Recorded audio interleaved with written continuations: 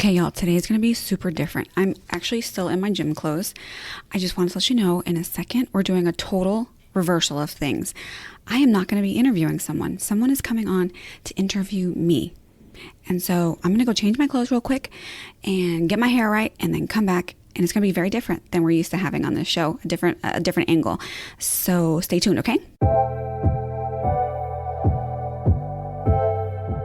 Hello, amazing listeners. Welcome to another episode of the Boo Business Podcast, the unscripted show where we unveil, demystify some of the confusing parts of birth, breastfeeding, and infant care during the first year of life while having a little fun.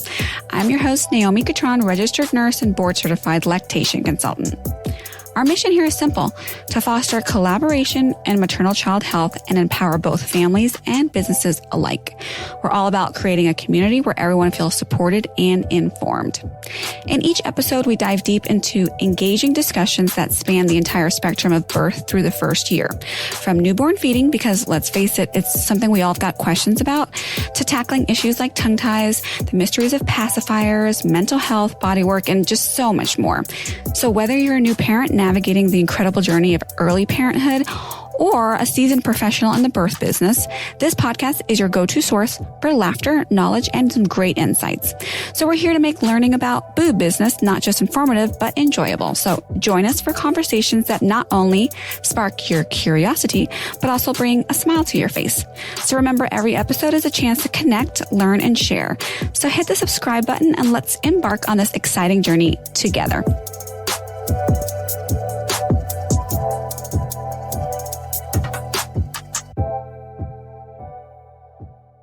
Okay, y'all, I've changed out of my gym clothes, and as promised, I have Jessica Noel here. She's my editor for my book, which she's been a total godsend, and she's taking over the show today. So I'm going to just pass it on over to her, and she's going to tell us what to expect for today. Well, first, thank you, Naomi. I appreciate you even thinking of me as the person who gets the honor of interviewing you about your forthcoming book. And I don't know how much you've talked about it with your audience, but you wrote a book. And I know for me, I was just sitting there as I was going through this writing and publishing process with you. I was just sitting there going, where was this when I was pregnant and then breastfeeding my daughter? I didn't know any of these things, and I kept having moment after moment of reading the book and going, gee, that probably would have helped me while I was breastfeeding. I probably wouldn't have thrown in the towel as quickly. It wouldn't have been as painful. So I know this book is going to help so many people out there, and I'm thrilled that I get to just be a part of the process. So thank you for that. I appreciate you. Let's just dive into where did this all start? What inspired you to write the book? Well, kind of a lot like what you just shared. Like, I just have so many patients that come in, and after one or two visits with me or us, someone in our practice, they'll say, wow, I wish I would have known that. Like, no one told me that. And they're not like these life-changing, complex, thoughts or interventions that I'm sharing. There are some more basic things that are not ordinarily shared. Like, for example, if your baby's born at 37 weeks, they may not have the endurance or the stamina to exclusively breastfeed in the first few weeks. I wish someone would have told me that, so I wasn't fighting with my baby trying to keep them awake, wondering why they're still jaundiced, kind of a thing. So just there's so many things over the years that people are like, man, I wish I would have known that. Man, I wish I would have known that. And they feel sad about it. They feel like they're a failure, like they did something wrong, that they didn't know that. And I just don't think that's true. I don't think there's one good source with all the, or lots of the insider secrets. I can't tell you that I've captured all of them.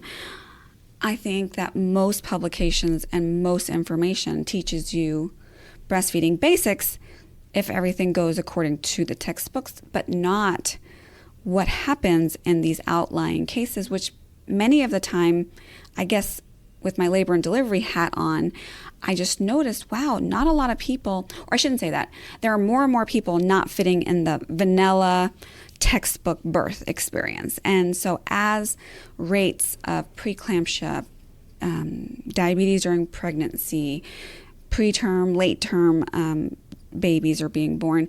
As that is increasing, then there's more and more people that don't fit in that vanilla textbook, this is what breastfeeding looks like, and what are they supposed to do?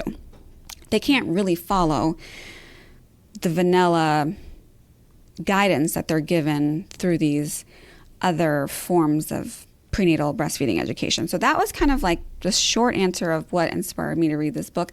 But also, not for nothing, like after repeating yourself 100,000 times, you get tired.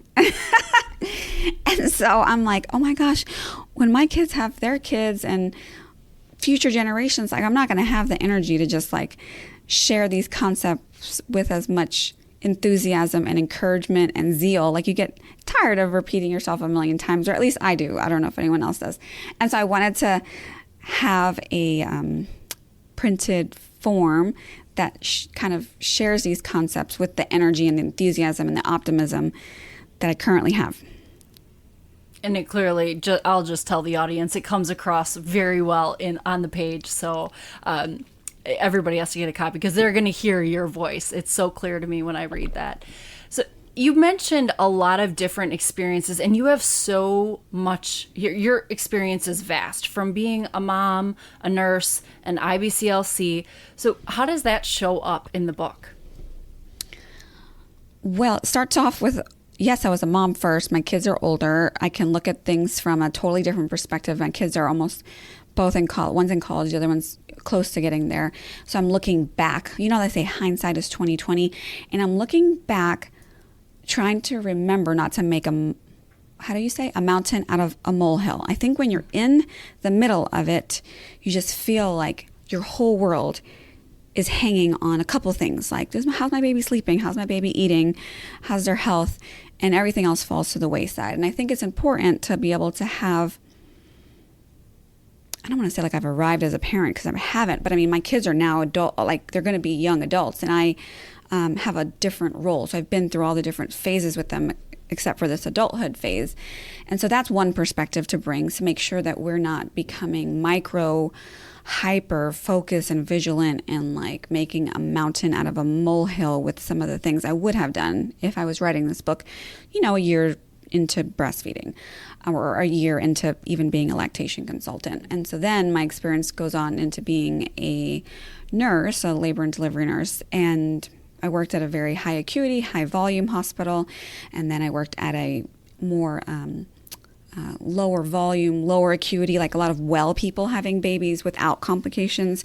And that's where I really saw breastfeeding happening at the bedside with really great support and care. But even in that perfect situation, they go home and they get a whole different baby when they get home. Your baby's really sleepy when they're first born, and you're in the hospital for 1 to 2 days, maybe 3 at the most, and your baby is still straight up asleep and not really doing too much of anything. And it's really during those first week and second week where things can teeter on like take a nosedive, or it can really, kind of go back and forth a little bipolar.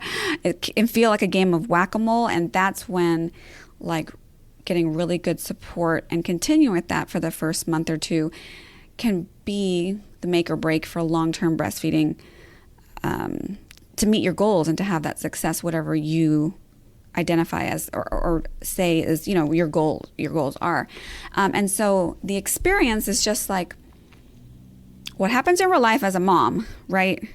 What happens at night? Like people say, breastfeed your baby around the clock. Just offer them the breast, and breast is the best thing, and blah, blah, blah. But people don't realize when you're in that situation how isolating it can be, how tiring it can be, how easy it is to slip into very black and white thinking and success or failure. It's just a lot of it could be a huge mental game. So that's from the mom perspective. From the labor and delivery nurse perspective, people don't realize how much change your body goes through. Sometimes people don't even realize the bleeding that they're having is excessive, and that is what's causing the low milk supply, because perhaps they have retained placenta. So those are things that have come out in my lactation consultations too. It might seem like a weird question to ask about the bleeding, but I'm looking at bleeding, I'm looking at swelling of the feet, I'm asking about headaches. Those are all very nurse and nerdy things, but they have to do with how well is this person recovering from their birth, and are they showing some of those complication signs. And the same thing with the baby. We're looking at babies. I mean, a person who's seen 100 babies versus a person who's seen 1,000 babies, and how they're supposed to respond, what their reflex is supposed to be like, what their skin is supposed to be like, what their suck's supposed to be like, and what their range of motion with their body movement, like all of that really pays a place. How did I say that backward? It all, it pays as part of the intervention. So, and there's a place to make that part of the equation. And so that's a little bit of how my nursing experience plays in. But at the end of the day, what people may not realize is there's very few professions that wholly look at the mom and the baby. The mom and the baby are both of their patients. So me as a labor and delivery nurse, the mom who's laboring is my patient, and the baby inside her tummy is my patient. And I have monitors on the mom's tummy so I can hear the baby, and I can tell if they're distressed based on their heart rate. Outside the womb, as a lactation consultant, the mom and the baby are still my patient, and I can tell how the both of them are doing and make a plan with both of their inputs based on, baby can't talk to me, but they can tell me, like, how are they doing at the breast? Are they getting fatigue? Are they gaining weight well?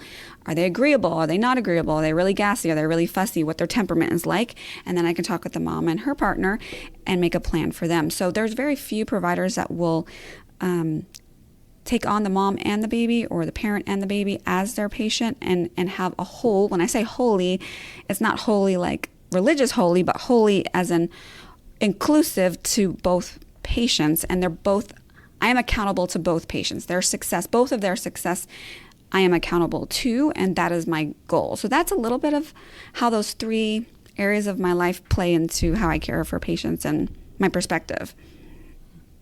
Well, and being on the patient side of this, I can't imagine a different way. I know that it is a different way but I just, especially when things don't go as planned, or when you really have struggles, particularly with breastfeeding, I can't imagine taking a separate approach where mom and baby are not considered as that holistic approach you're talking about. When you're really trying to solve struggles, I can't imagine taking any other approach, which is why, again, you're so valuable and wonderful, and I'm so thrilled that you put out this book, because not everybody is going to be able to come down to Austin, Texas to see you, and this is so important. So let's talk a little bit about the title. Why did you call the book Milked: Finding Your Flow in the First Weeks of Breastfeeding? Well, that's a little bit of my personality. I'm very direct, and I can't have a long book title that I'm going to have to remember, first of all. And I just needed to pack a little punch and speak, I needed to pique your interest. But the subtitle is what I love: Finding Your Flow in the First Weeks of Breastfeeding. Because what people don't realize is you cannot have your baby and then struggle for the first 2 or 3 weeks, and then keep your fingers crossed and hope that it's all going to work out. That's generally not a very good approach. I'm trying to think of an example of how to compare it to, but I mean, I can't think of one off the top of my head, but the first 2 weeks are what I explain in the book to be more like, think of it if you had one of those, is it called the Nest? What are those thermostats called in your house that are electronic? I have one in my phone, whatever it's called. Those are the kinds of, it's called, I have it here on my phone. Nest, that's what I have in my house. So it's you set your thermostat. Now with the thermostat though, pretend like it's the thermostat at the office where there's a lockbox on it, a clear box, and a key, so people can't mess with it, right? So that's what I want people to think about when it comes to their breastfeeding journey in these first few weeks. I want you to think of it as a thermostat at work that's locked in a clear box. So you have maybe one or two opportunities to set that thermostat. And that's going to be like within the first 72 hours after birth, and then within the first 2 weeks of birth. And what I mean by that is, let's say you have a baby, you have complications, or you're just sleepy, and you're like, I'm not going to put the baby to the breast. The baby can go to the nursery, it can have bottles, and then like once I feel rested, maybe by day 2 or 3, I will start attempting to breastfeed and pump and hand express and all that. You've missed the first opportunity to set your thermostat. So if you are a cold-natured person and you want the thermostat in your office to be, 74 degrees as opposed to 68 degrees, well, you missed that opportunity to get your hands on that thermostat and crank it up to, hopefully as close as you can to 75 as possible. So the next opportunity you have is at that 3-day mark, if that's what you choose to wait. That's when you feel good and you're like, okay, now I'm going to start hand expressing, putting the baby to the breast, getting lactation care and pumping. And we're going to hope and pray that, giving it a couple of weeks of doing all the things will help to increase your milk supply. Or if we're comparing things, we'll hope and pray that you can pry that little plastic box open with the key and, crank that little thermometer up to 75 the way you want it, or maybe 73. Maybe that's where we get. I don't really think that most people realize that. And so the title of the book, the subtitle, Finding Your Flow in the First Weeks of Breastfeeding, that to me is like the most important part. I feel like that is the whole essence of early intervention. So waiting till 2, 3, 4 weeks later to get help and figure things out is missing. It's like asking yourself to do more work. It's like you're just going to have to work so much harder to get things going than if we can work with you and if you can know some of these insider tips early on. And a lot of things you can do on your own without a professional help, but you just need to even know. You don't know what you don't know. So that's why it's so imperative to really do the research beforehand and get like all the tools in place and the knowledge in those first few weeks. So that's kind of a long answer to why the book is titled the way that it is. But Milked in itself is just like, we're talking about milk. This is what it's about. I want people to understand that this book is not just about breastfeeding. If you choose to bottle feed and formula feed, there is information in there for you too. That is less time sensitive though. So the breastfeeding part and getting your human milk to your baby is very time sensitive. If you choose to breastfeed or pump or a combination of both, that's fine. It's all taken care of. Like that's we can handle all that. But getting the milk to flow at the volume that you and your baby needs is very, very important to get right in the first few weeks. What makes the book different from all those other breastfeeding guides out there? Well, it has my little sass in it a little. And I feel like it's really easy to read. Like the language is just real life stuff. Like there's a lot of real life examples. I will tell you that I have a lot of breastfeeding books. And I think, like I said in the beginning, they cover a lot of, they're great. Like, so let's just put it out there. There's a lot of great breastfeeding books. I don't know how many of them are, I feel like breastfeeding is very binary. You get some people who are like 100% breast milk solves all the world's problems. You must 100% breastfeed. Breastfeed your baby 25 times a day. It's fine. Have your baby attached to you all the time. That's great. And like only breast milk and no pumping, no bottles. And this is how nature is. And this is the one way you should do it.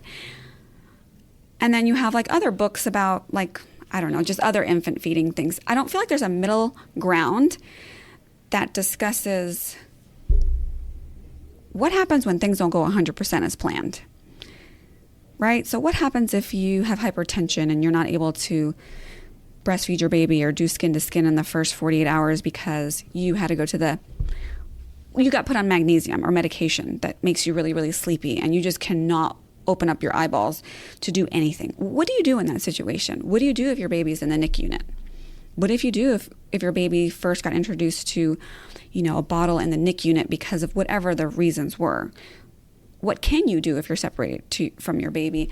What do you do if your baby is a little bit early? What do you do if your baby has jaundice? What do you do if your baby's having some respiratory distress? What do you do if you get an infection in the hospital and you're feeling terrible and you're on antibiotics and all these drugs?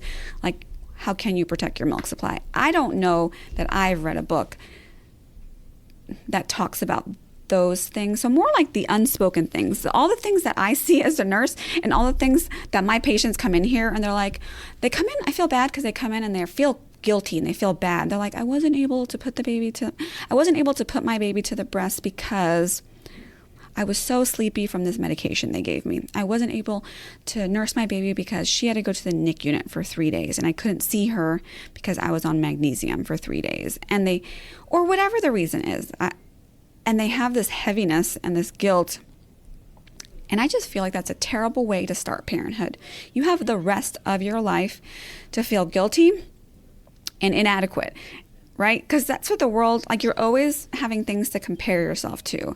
And I don't want anyone to start off the first few weeks of their life already feeling the feelings of inadequacy or regret when they can be prevented, but they have to be equipped and prepared for things they may not expect. I don't think anyone goes into labor thinking, I'm going to have a C-section, or my blood pressure is going to spike and they're going to give me a medicine that's going to make me feel like I have a hangover for 3 days. Or my baby's going to go to the NIC unit because he has respiratory issues. Like you don't have a plan for that. You just go into birth and stuff happens. And if stuff goes sideways, very rarely do you have a team of people whose main goal is to help you be equipped to feed your baby the way you planned, even in spite of things that may have gone outside of your plan. So that is, I don't know if that helps to answer the question. Mm-hmm. No, and I think it leads right into another topic that you and I have discussed, which was, breastfeeding often in movies and TV is kind of portrayed as like this very natural, it just kind of happens and you don't always see the woman or breast, but there's a sigh of relief, and you can tell that the baby has latched and things are great now. And I know that wasn't my experience, but I'm curious to build off of everything you were just saying. As you were writing the book, how did you kind of, I don't know if balance is the right word, but how did you think about that idealized perception that people have of breastfeeding with the realities of plenty of people's experiences when they're breastfeeding? How did you think that through as you were writing? Ask the beginning part of the question again. So how did you think about when you were writing your book and thinking about the content, and there's this ideal version of breastfeeding and our perception of it, I think a lot from movies and TV, or maybe you see other people do it. Instagram and social media. Instagram, yeah, exactly. Social media. And so there's like this perception that it's just natural. But then there's the realities and the things you were just talking about, plenty of situations where it doesn't go as planned and there's complications. Did you think about that as you were writing, like, okay, how do I, acknowledge this ideal, but then also things can go wrong? Were you like, no, it almost always goes wrong? Like, how did you think about that as you were writing? Well, I don't necessarily know that I think about it as right and wrong. I think of it more like, while breastfeeding is natural, it doesn't mean it's easy. That's it. It's just not really like any more complicated than that. So I think that's the challenge, is that people think that I'm going to have a baby. Well, first of all, people don't think about how they're going to feed their baby. They just think all the things about birth, like, what am I going to wear? And I want a hospital tour, and I want to know about the rooms, and like a lot of birth prep. And no matter which way you slice it, I've delivered over 1,000 babies, and your baby is going to be born, whether you like it or not, within 2 days of you going into labor. And it's going to happen. And you don't really have much control. Well, I shouldn't say you don't have much control of it.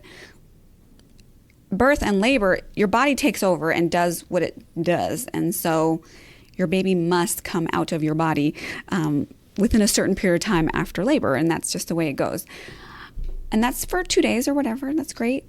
But then we don't think about, well, then what? Like the pinnacle of being pregnant is the birth. But that's not really the right priority, because then you're having to feed this baby like 8, 9, 10 times a day for months and months and months and months. That's hours and hours and hours and hours and hours and hours and hours that you're spending that are way surpass the amount of time and energy that you would put into birthing. And so I don't necessarily think it's about when things go right or when things go wrong. It has to do with what is the barrier of entry? Like, how hard is it for each individual person to achieve their goal? And that is a very unique and custom and nuanced kind of a thing to measure.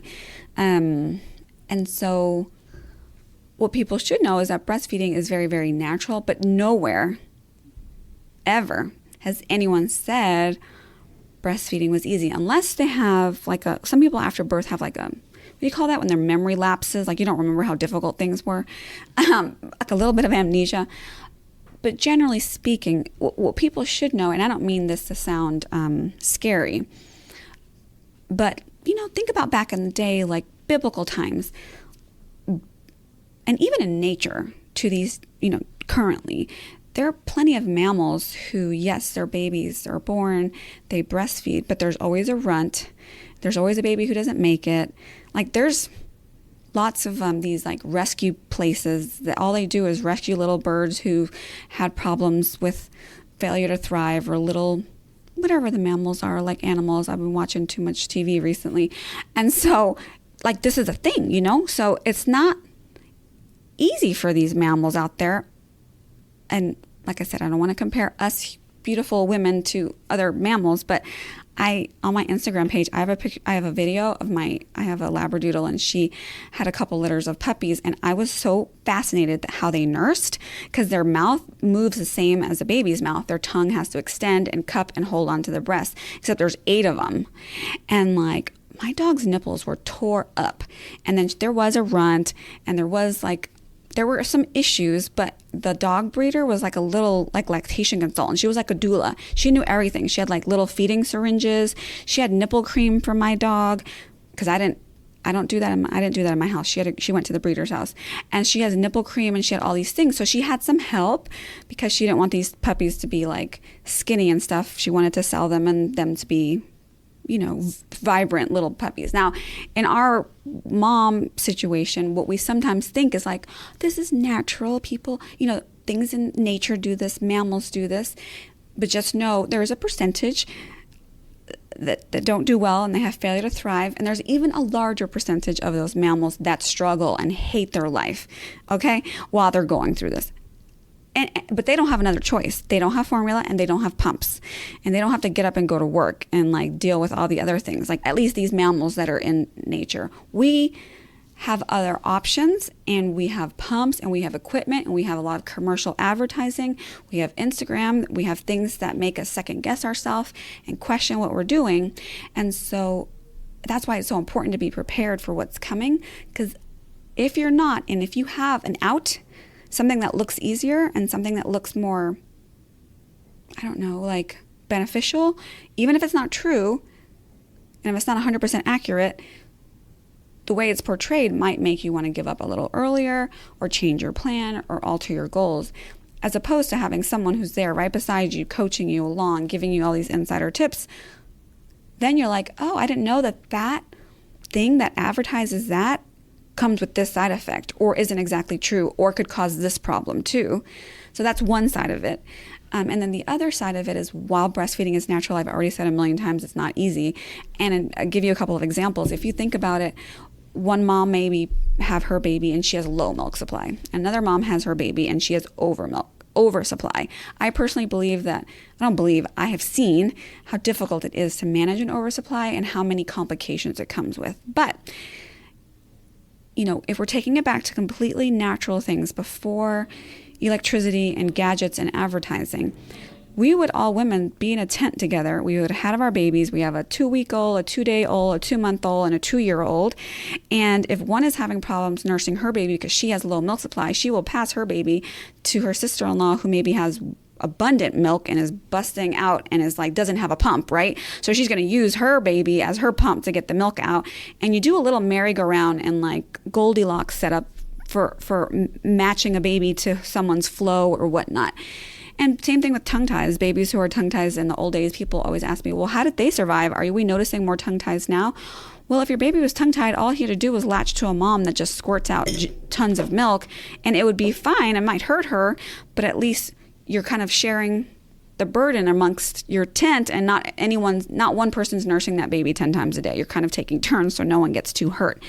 Those are things we don't do today. And so it's something to put into perspective that nursing today can be just as successful as it was, back in the biblical days, if we had no other options. But because there are lots of options, people should be educated and not just expect that they can wing it. Because being natural doesn't mean it's easy, and it doesn't mean you should just wing it. So I'm not sure if that was too much or if it answered your question or more than that. No, it's great. And I think it leads nicely into another question I had, because almost like the problem of an overabundance of breast milk, there seems to be an overabundance of, let's call it, information online, social media about breastfeeding. And not all of it, I'm not going to guess percentages wise, but plenty of it isn't accurate and often not helpful. And like you mentioned before, can make people feel really inadequate and have the wrong expectations and all that. How does milk cut through that noise and provide reliable, evidence-based advice? Well, there's a lot of citations. I didn't just make stuff up. So there's a lot of references, right? That's the first part. And a lot of this is not just based on my experience as a lactation consultant. I mean, we have a pretty busy practice. We see lots and lots and lots and lots of patients. We follow up with them. I think that's really important too. It's like seeing a person one time, giving them advice. You don't really know what happens, right? But you need to know how these babies are doing at 6 months old, at 1 year old. How are things going? How are they doing 3 months later? You're following up with them. But this book there's certain things, for example, because there's so much information out there, how many of us trust when you go to the grocery store? How many of us, some of us, if you would have asked me 10 or 20 years ago, I would probably be like, yeah, I do this. But how many of us feel like we can really put our trust in what is advertised on the front part of the boxes that are in the grocery store, right? It says I don't know, Cheez-Its say something like made with 100% real cheddar cheese or something. So I'm going to buy some Cheez-Its now. That's where we're at. That's a good, healthy choice. Or cereal boxes. All the essential vitamins and minerals that, it makes it sound legit, like it's a good thing to consume. I think that is the challenge, is that breastfeeding in history, it's either been viewed as something inferior that poor people do because they can't afford formula, or the pendulum has swung and now it's breastfeeding is the best, or providing breast milk is the best thing you can do. However, companies have tried to figure out how to monetize that. And then they come up with all these gadgets and things and crackers and lactation cookies and random gadgets that then, unfortunately, can sometimes make a person feel like, oh, I need this thing to be enough, or to make it enough, or to it makes things more complex than it needs to be. So a question I get often, every single time I teach a prenatal class is, what's the best way to maximize my milk supply, or to build up a good stash, or to make sure I have enough milk? And the first thing I say is, please don't spend your money on lactation cookies or teas or any random stuff like that. The best way to increase milk supply is frequent and effective milk removals by, who removes the milk, I don't care, and how they do it, I don't care. It could be hand expression, it could be a pump, it could be a baby, but frequent and effective milk removals and skin to skin are the best ways to increase milk production. How many gadgets and things out there promise to help someone increase their milk supply? And that just muddies the water. And so I think when we as parents, when we put our trust in commercial capitalist things as opposed to a professional human with experience and a medical background, you right then and there are maybe doing a little disservice to yourself. And so that this book is really not about buying gadgets. It's actually, there's a section on gadgets that you actually may need and things you should probably like not waste your time on. And so this book, I think it's called Baby Gear That Actually Matters, like in chapter 5. This book is really like, how can we take it back to just me and my baby and us doing things on just us to get things started on a good foot without cluttering and muddying the water with all these extra things that people think they need and just advertising and misinformation. So there's a lot of that. There's a lot of information, and what happens is sometimes that information over here might be really good information, but not good for you because that's not your problem. You need something that's way over here. And so it's like a puzzle. Finding the pieces that actually fit into your puzzle is what you need a human person to help you with many times, not just grabbing all the random things that may accidentally shoot yourself in the foot. So not sure if that answers it completely. Yeah, and I think it also helps when, I haven't bought for a baby in so long, but I remember being overwhelmed just by the baby aisle and all the products and even registering for, baby showers and things like that. So I think you did a great job. What I loved about that chapter was, these are the things I should focus on when I go shopping for the baby. And these are all the things I can just ignore and not worry about, which I think saves money at the very least. And like, how many bottles are there right now? I mean, just like all the bottles, and they promise all the things, and the bottles range from like $5 to like a $40 bottle. There's bottles that you can like custom like send a shape of your breast, and they'll make it in the shape of your breast, and it's an expensive bottle. It does not help a baby breastfeed any better. But the promises there, you see what I'm saying? Like, I feel like that's a little bit what's the word? Like predatory type. There's some predatory marketing because this is a very vulnerable time. You need to figure out how to feed your baby, and it's a very desperate time, and you will spend whatever money it takes on your precious baby. And instead of spending your money on stuff, I might consider buying the book to start with and getting some really good professional and, care. Hey there. I wrote the book on what really matters in those crucial first weeks of breastfeeding, and you deserve confidence, not stress over every ounce. This book, called Milked, Finding Your Flow in the First Weeks of Breastfeeding, delivers insider wisdom and judgment-free guidance that empowers you through those crucial first 2 weeks, from latching techniques to milk supply, from navigating engorgement to understanding tongue ties, all shared in the voice of your most knowledgeable friend who's been there before. So get your copy. There'll be a link below.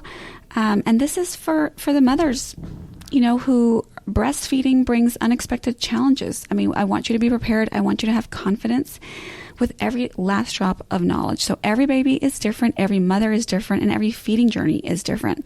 So grab your copy of this book, Milked, Finding Your Flow in the First Few Weeks of Breastfeeding, and be confident and prepared.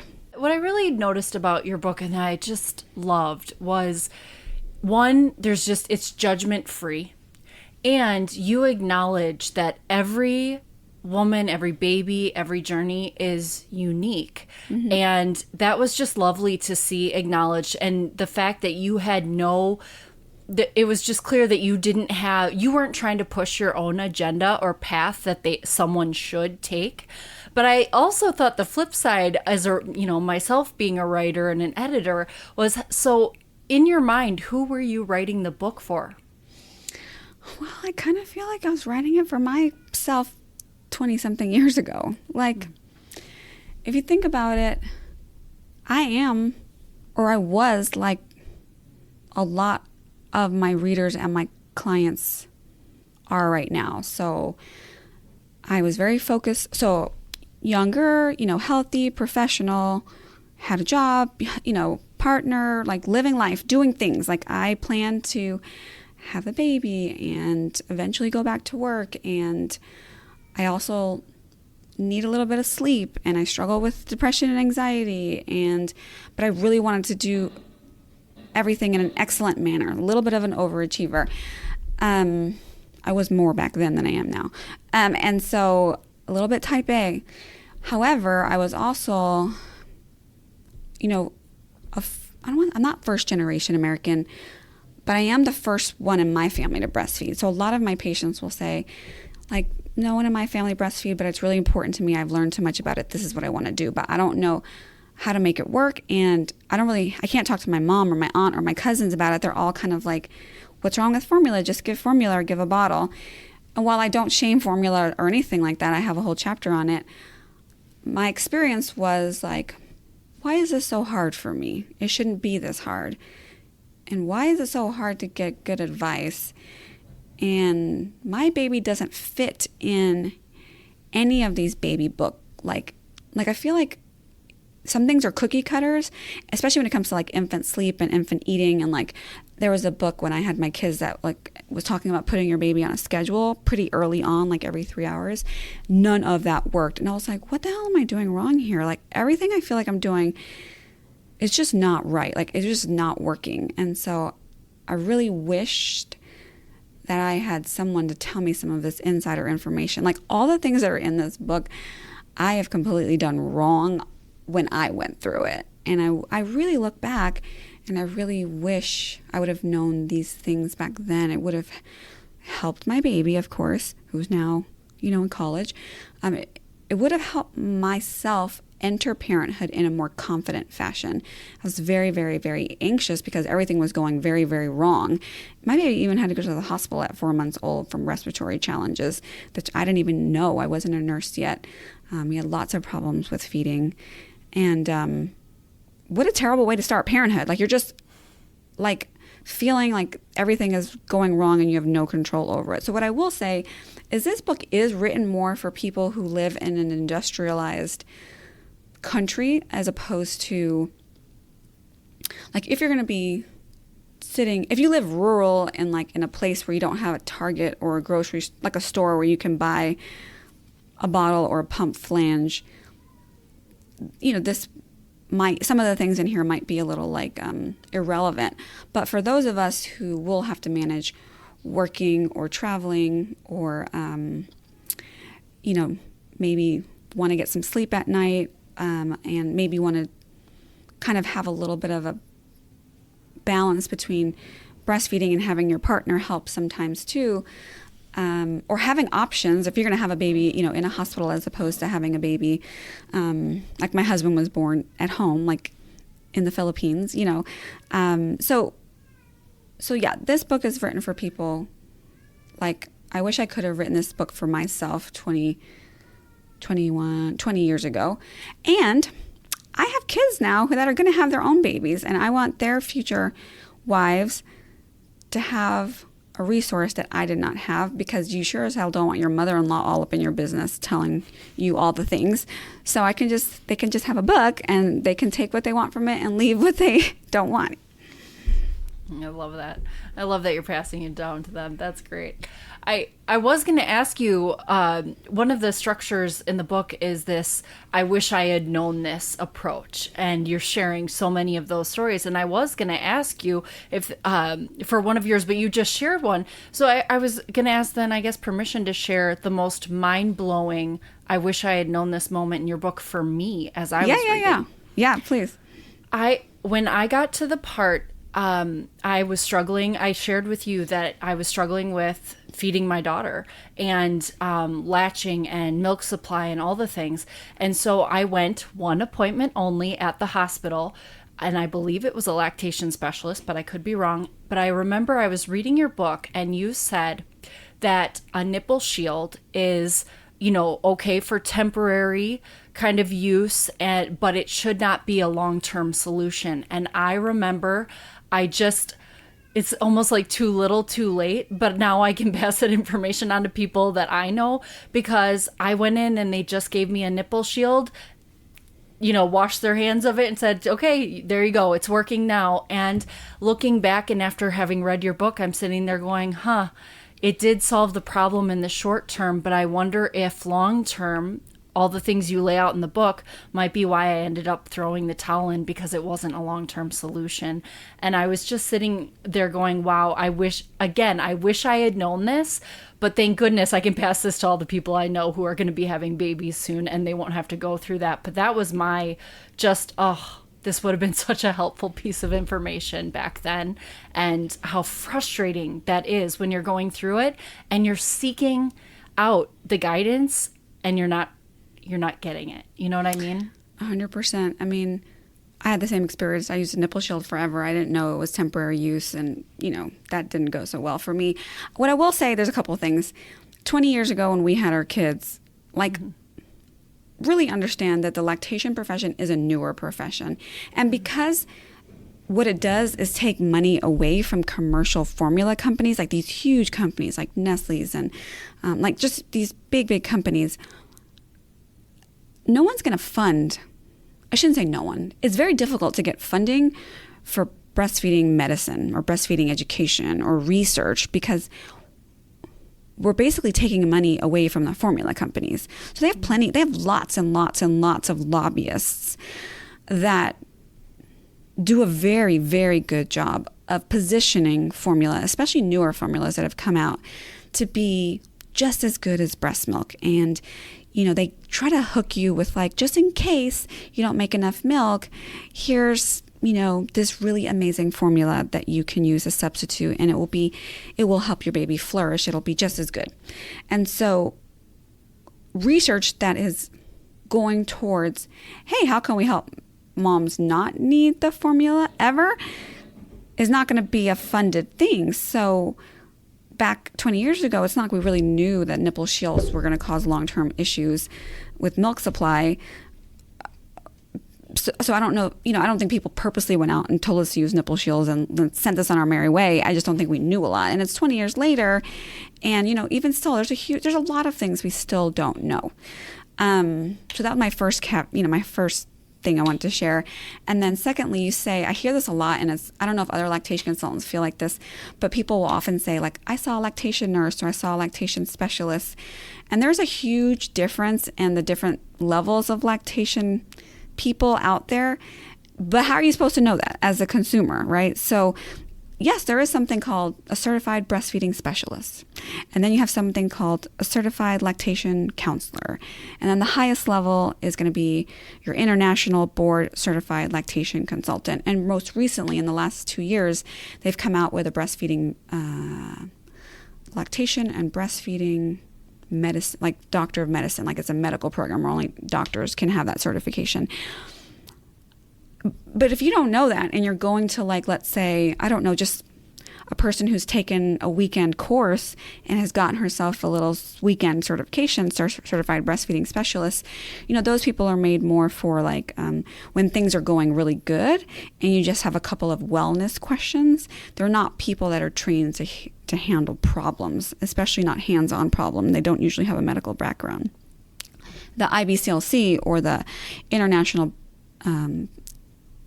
board certified lactation consultants, have lots of medical education and nutrition education and hands-on specific lactation training. And they're the ones who are actually qualified to handle breastfeeding problems, as opposed to someone like a CLC, a certified lactation counselor.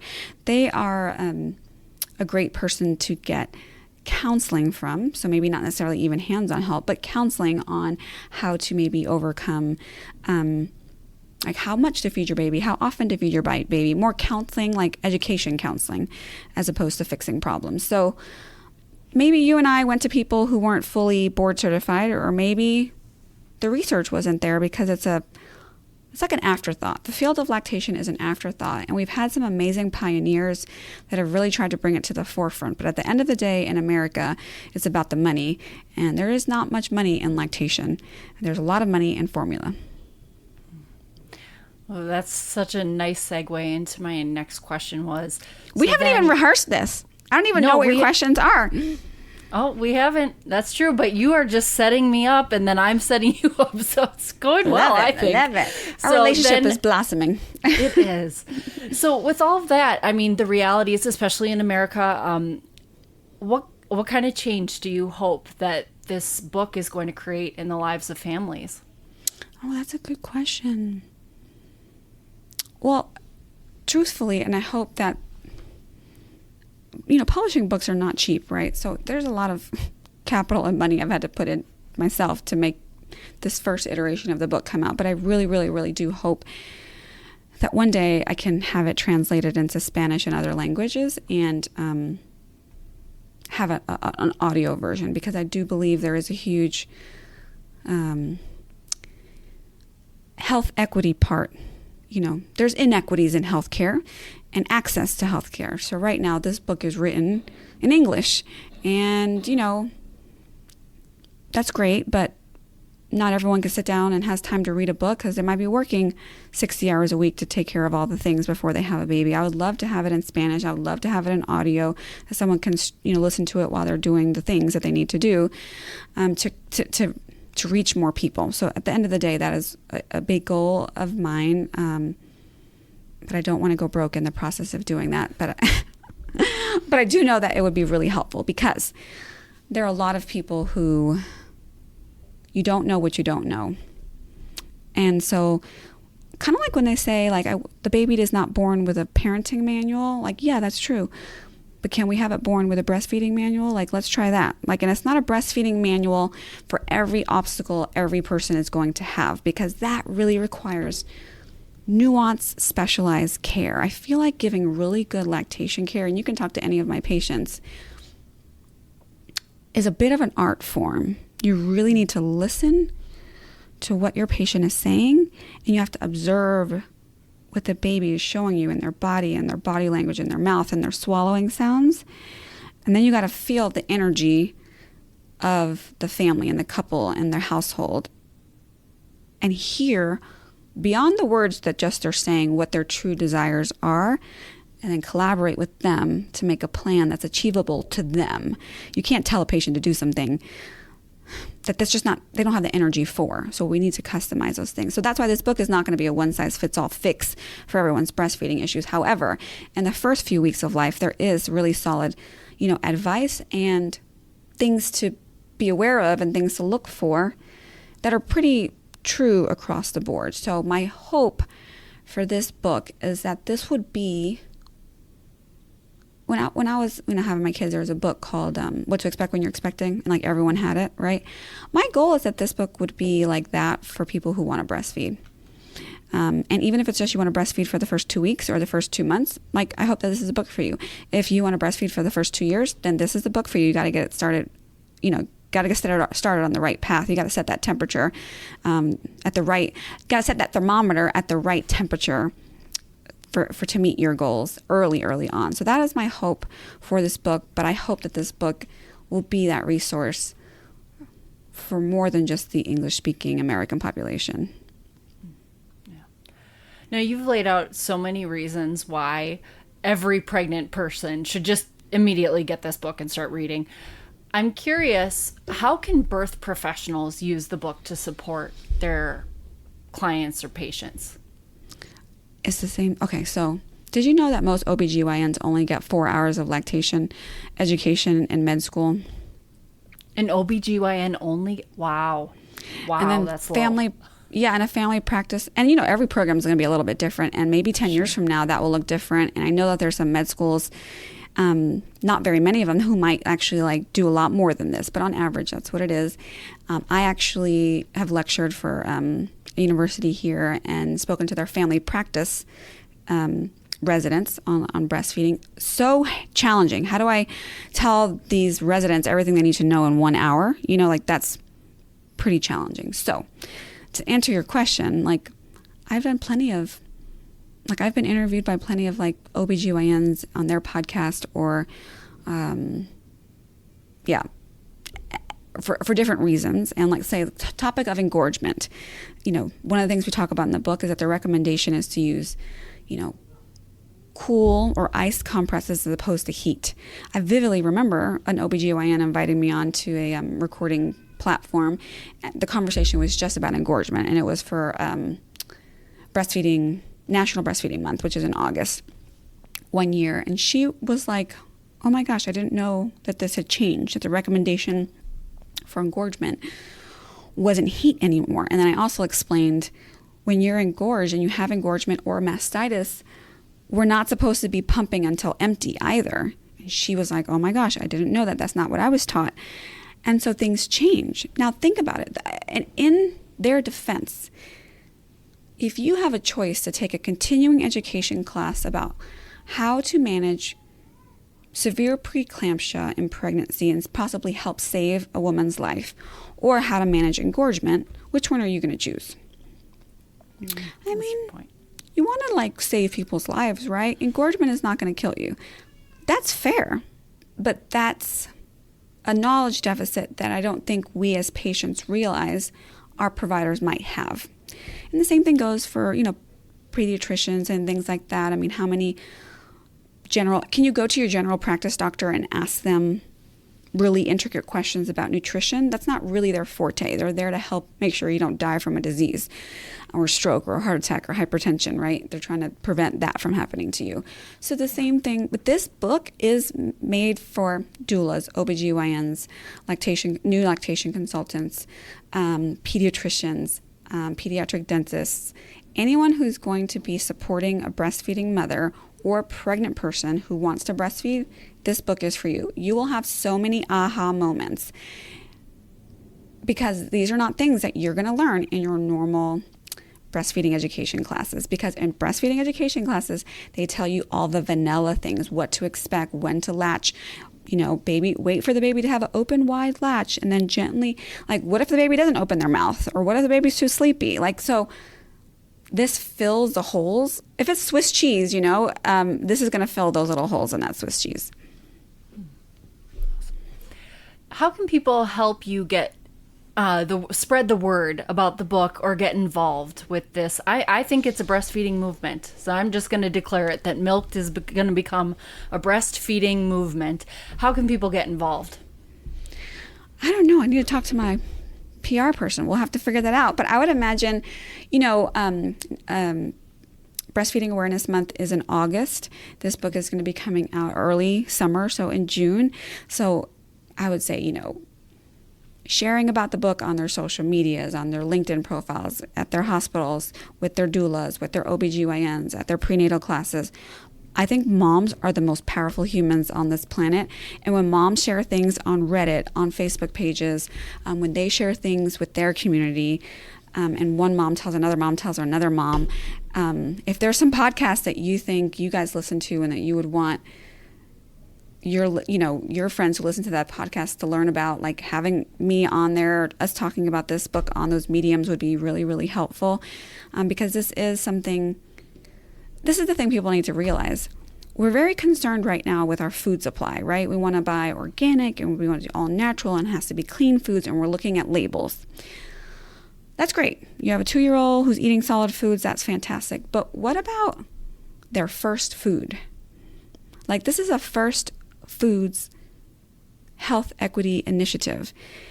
And this is the first food your baby is going to get. This is what develops their microbiome. Their little intestine tract is pure and sterile when they're first born.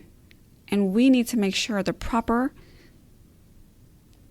bacteria inoculates the baby's intestinal system and their gastrointestinal system, because that helps to combat things like food allergies and diabetes and asthma and all sorts of things. I know when I first, when I was a nurse, a labor nurse, I was like, oh, I feel like they drank too much breastfeeding Kool-Aid. I can't possibly be in charge of all of those parts of your health. But since I've actually learned more about down to the molecular level of what is in breast milk and how it even has parts of breast milk composition that have macrophages or cancer-eating cells in breast milk, I have learned how important it is to lay that first food foundation for babies. Now, that is the mother's choice as to how long they want to offer breast milk or their human milk to their babies, but they should have access to that information, as opposed to right now, the climate is that breastfeeding in this country, in America, and many other industrialized countries, is that breastfeeding is a privilege. It is not a right. Many people do not have the privilege to afford a lactation consultant. If you have an HMO insurance and if you have Medicaid, there's very few IBCLCs that are accessible to you because they're not covered under many Medicaid plans and many HMO plans. So there's that. Also, you may not have the luxury of staying home with your baby for 6 months or a year. You're not getting paid. How are you supposed to do that? Right? And then if you're on government assistance, you know what they give you? They don't pay for lactation consultations, but you know what they do pay for? Formula. And what if you have a job like in a restaurant and you can't like go into your office and close the door and pump? And I know the government says that you have these rights. You can have those rights, but what if your boss wants to let you go because you're a nuisance to him because you have to take pumping breaks? So what will you do? Instead of taking pumping breaks, you're just going to like work and just your milk supply dries up a little, and then you have to revert to formula.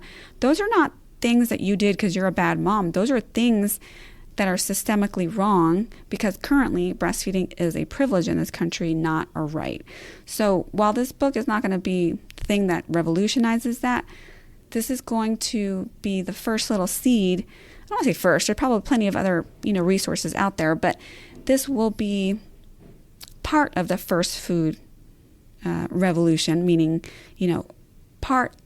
one of the tools in your tool belt that people can have access to help them make informed decisions. And if you want any information about Naiomi speaking, whether it's on your podcast, for your organization, at your university, heck, if you have a pregnant women's book club and you'd like Naiomi to speak, or you'd like to hear about bulk orders or how to be involved with the Milked book, go to milkedbook.com, MILKD book, BOOK.com, and it has all the information you need to join Naiomi in this mission that she has and get the really important information about breastfeeding to the women and families who really, really need it before they're sitting up at 2 a.m. and they're extremely exhausted and they don't know what to do and they need this information. So that's, again, Milked, MILKD, book, BOOK.com. All the information you need is there. Naiomi, thank you so much for letting me interview. This was so fun. Thank you for taking over the show and asking all those good questions. I hope that they were easy to understand. Of course they were. They were. Cool. And good luck on your book launch. I appreciate you so much. I can't wait for the book launch. It'll be here for people to purchase in June 2025. Thanks for listening. To learn more about newborn feeding and get your free swipe file, visit milkdiva.com/newborn feeding.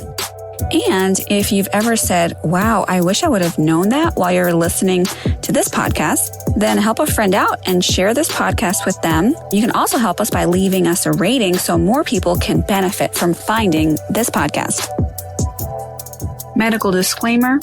Please know that all opinions expressed on this podcast are solely my own and not intended to substitute the advice of a medical provider. I am not a medical doctor, and all information shared is intended for your general knowledge and is geared towards full-term, healthy singleton infants and healthy, low-risk pregnant or postpartum women.